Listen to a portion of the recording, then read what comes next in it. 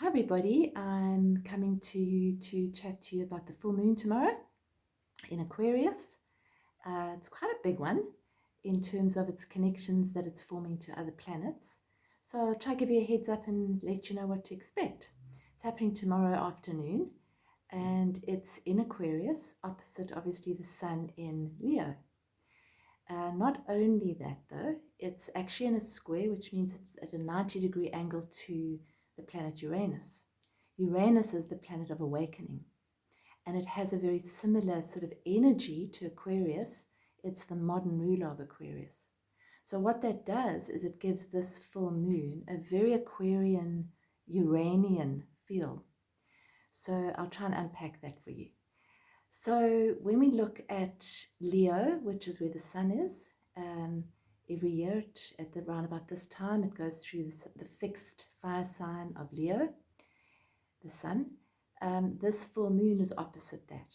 Leo is really about our personal creativity, our personal expression, the way we take our light out into the world and shine it in a very unique way. Aquarius, opposite it, is an air sign. It's a fixed air sign. And basically Aquarius is more about the collective, the group, humanitarian events, issues, what the collective is doing. So really this full moon is a balancing point between me and the rest, me and others, me and the collective. So it's neither one or the other, it's actually to find the balance. But what a full moon in Aquarius does, particularly this one, because of this connection that it's making to Uranus, the energy really is of awakening. Uranus is the great awakener. So where things are stuck and where things aren't moving, where we have stagnancy, if we have a Uranus transit, Uranus comes along and it's a bit like a lightning bolt. He kind of strikes his way in and ignites everything, lights everything up, and breaks through the surface. So he kind of clears the way. So that's on one level, that's what the energy of this full moon is like. On the other hand, it's about questioning. It's about Uranus and Aquarius to a lesser degree are about rebellion, about thinking out of the box, not the mainstream, not the conventional. Looking at whatever it is from a higher perspective, from a perspective of maturity and from a perspective of the observer. So as opposed to being completely involved in the drama, we kind of raise our consciousness and we look at it all from the position of the observer, and then we can say, okay, this is what I can do about this, or there's nothing I can do about this, so I need to just accept it. So it's really that energy. So I think in the next few weeks, we'll see a lot more protests. Mars is at the moment in Aries, which is a very fiery, very warlike place for Mars to be. And I think people are getting to a point where they're actually coming out onto the streets and saying, look, this isn't okay for many different reasons. So what does it mean for us personally? I would say squares always make us uncomfortable. So it's a little bit like being in a comfort zone and then getting boosted out of that comfort zone. We don't like being boosted out of comfort zones, but it's the only thing that really changes the status quo. Because if things aren't comfortable, then we'll actually do something to change them. If the dream is wonderful, we won't need to wake up. But this dream isn't wonderful right now, so there's a great need to wake up. So I just see this as really about our personal freedom, about where we look for our personal freedom. Do we look in the outside world for it? Because if we do, then we might be really battling right now. Most of us, our freedom has been curtailed to some degree. For many people, more than others. So where do we find freedom if we can't find it in our personal circumstances? If we can't find it in the outside world? Well, we need to look inside and, to sort of calm the storm, because this is stormy weather we're in right now. Things are not steady and the way we like them to all be nice and even, and lovely and beautiful. Things are not like that, obviously. So how do we navigate it? We stay in the middle of the chaos. We don't involve ourselves, unless we want to spin out, in the mayhem. So we can be the observer to it, we can have a look at it, we can draw our energy back from it, so that we actually look at it, we see everything, but we don't get pulled into it. So we're of the world, but we're not in it. We're not in the drama, but we're able to see the different stuff that's playing out. And then we can find our truth in that, because there's a hell of a lot of misinformation out there on many different levels, which I'm not going to go into because there's enough out there. But it's for us to find what works for us. It's for us to ask what our personal opinion is, what our personal intuition is telling us. And the only way we can do that is to slow down, to quieten ourselves, and to feel into what feels right. Not to put blinkers up, not to sort of say, no, we don't want to see anything. I think it's important that we do. I think it's important that we question the narrative. We question what doesn't feel right for us. We feel the discomfort and see what that might be telling us and see what it might be teaching us. I think that's important, but then not to actually dive into it and stay there. Not to engage in arguments unless they unless there's a reason. Not to engage in the drama unless we really want to. And if we do, then to keep ourselves neutral. So to not be in resistance, but to be able to actually speak what you need to speak without resistance, without trying to force somebody else to actually believe what you believe or agree with what you believe to be true. So things are being rattled. We're being shaken up to waken up. No doubt about that. We're being asked to stretch ourselves. So whatever we feel comfortable with, inverted commas, might be something that we need to look at. Also to look at where we shackle ourselves, those belief systems, those thoughts that we have, the very busy minds that we have, the things that pull us out of our center, is to just be aware of that and to know that we have the choice in any moment to actually bring ourselves back into the center, into a place of acceptance as opposed to resistance, and then to actually make decisions and move forward from there. So acceptance doesn't mean that you just roll over and let whatever happens, happens. It means that you're not saying a big no, which means that you're closing to what's happening. You're going, no, I can't bear it, which makes us smaller and makes us less effective and shuts our energy down. It's to say, this is happening. It is. This is happening. So I accept that this is happening. Not necessarily I accept everything that's happening. I accept that this is happening. Being in resistance to that is ridiculous because it's happening.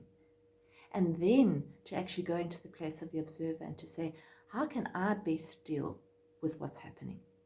How can I be a voice in the wilderness? How can I shine my unique Leo light in a way which helps humanity, which is Aquarius? How can I assist? How can I serve? And if you're watching this, then you're part of this. I think that this is a time where there's great fear on our planet, and the more we read and the more we see and the more we get drawn into it, it's very, very easy to get drawn into that fear.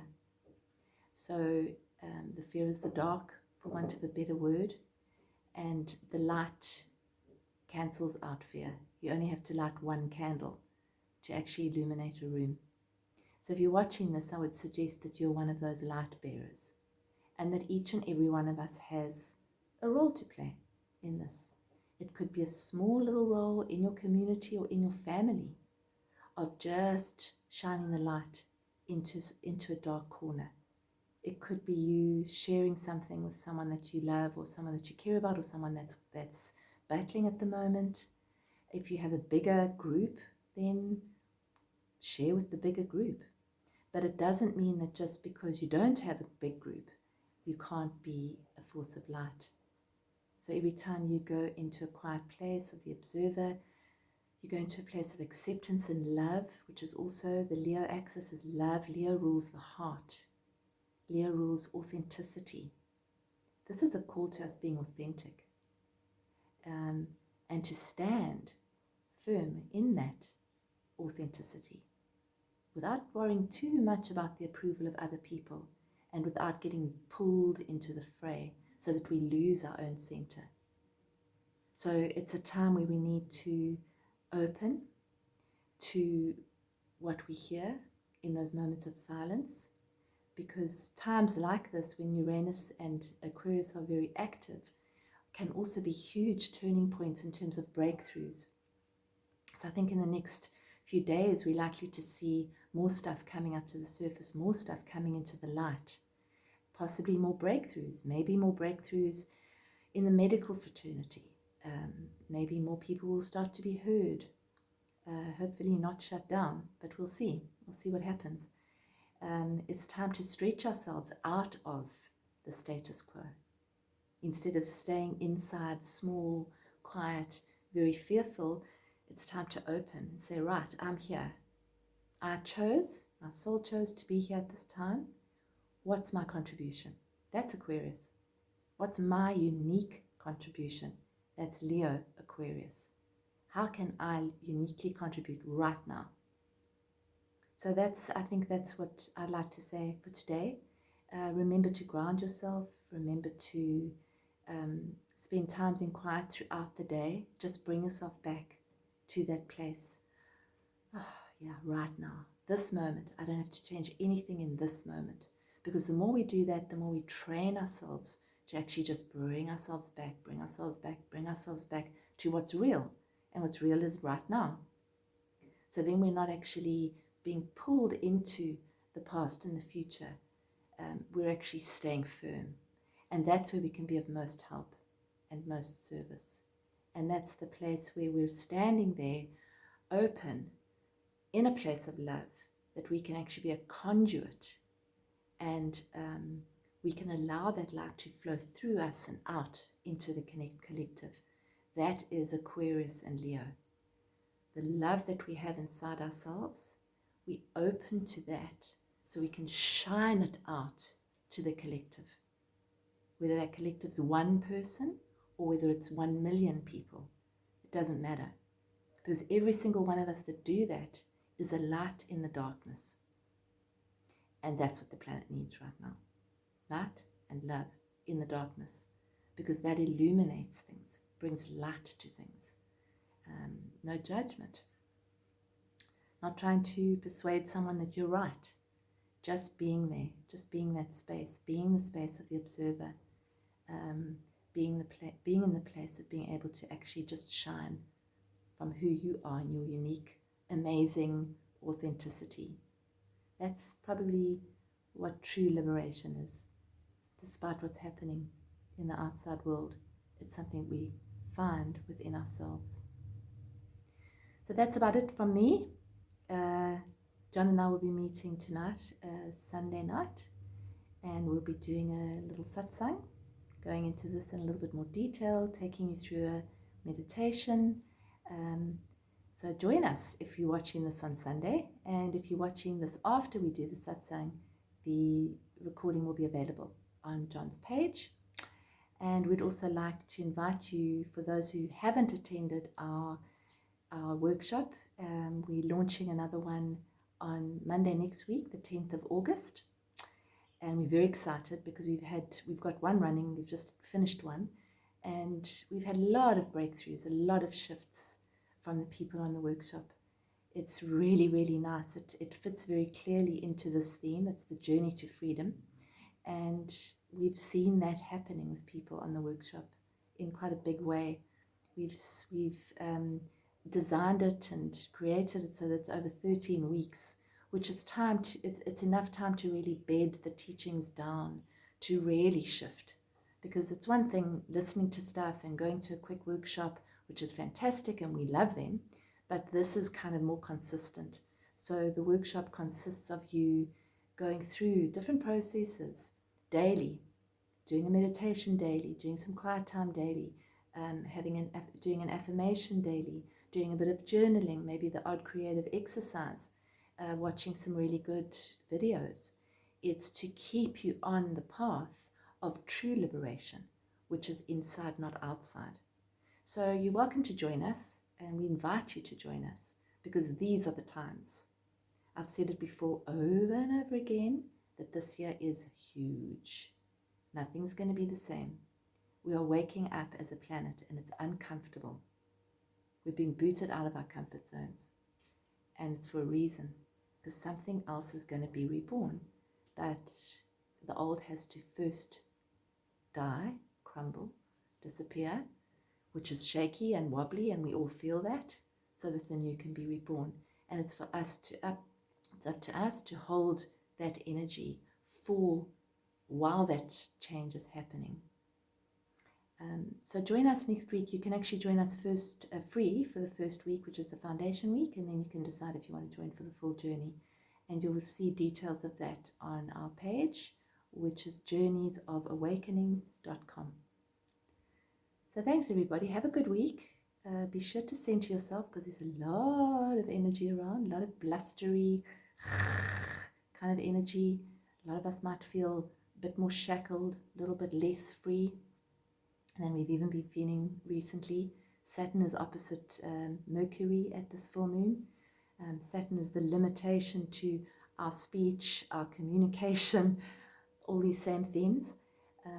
It's also considered thought, reconsidering, restructuring our thought patterns, how we speak, what we communicate, what we say, what we think, how we think. There's a lot going on. So have a beautiful week. Use the full moon to release what you don't need to hold on to, so that you're actually liberating yourself from those things that might be holding you back and shackling you, because it's mostly in our minds. It's not the actual situation very often, but the thoughts about the situation that causes the struggle. So it's just to find that liberation that we're looking for in every moment, in this moment, right now, as you're sitting listening to this, or as you're sitting sipping your tea. In this moment, I give thanks for this moment. And in that moment, you're free. And in that moment, you're then able to make the decision, or to actually take a choice, or to do something from that place of presence, as opposed to madly trying to actually find a solution outside in the world, which is going to make everything better. Find it within. Thanks for listening. Have a beautiful day.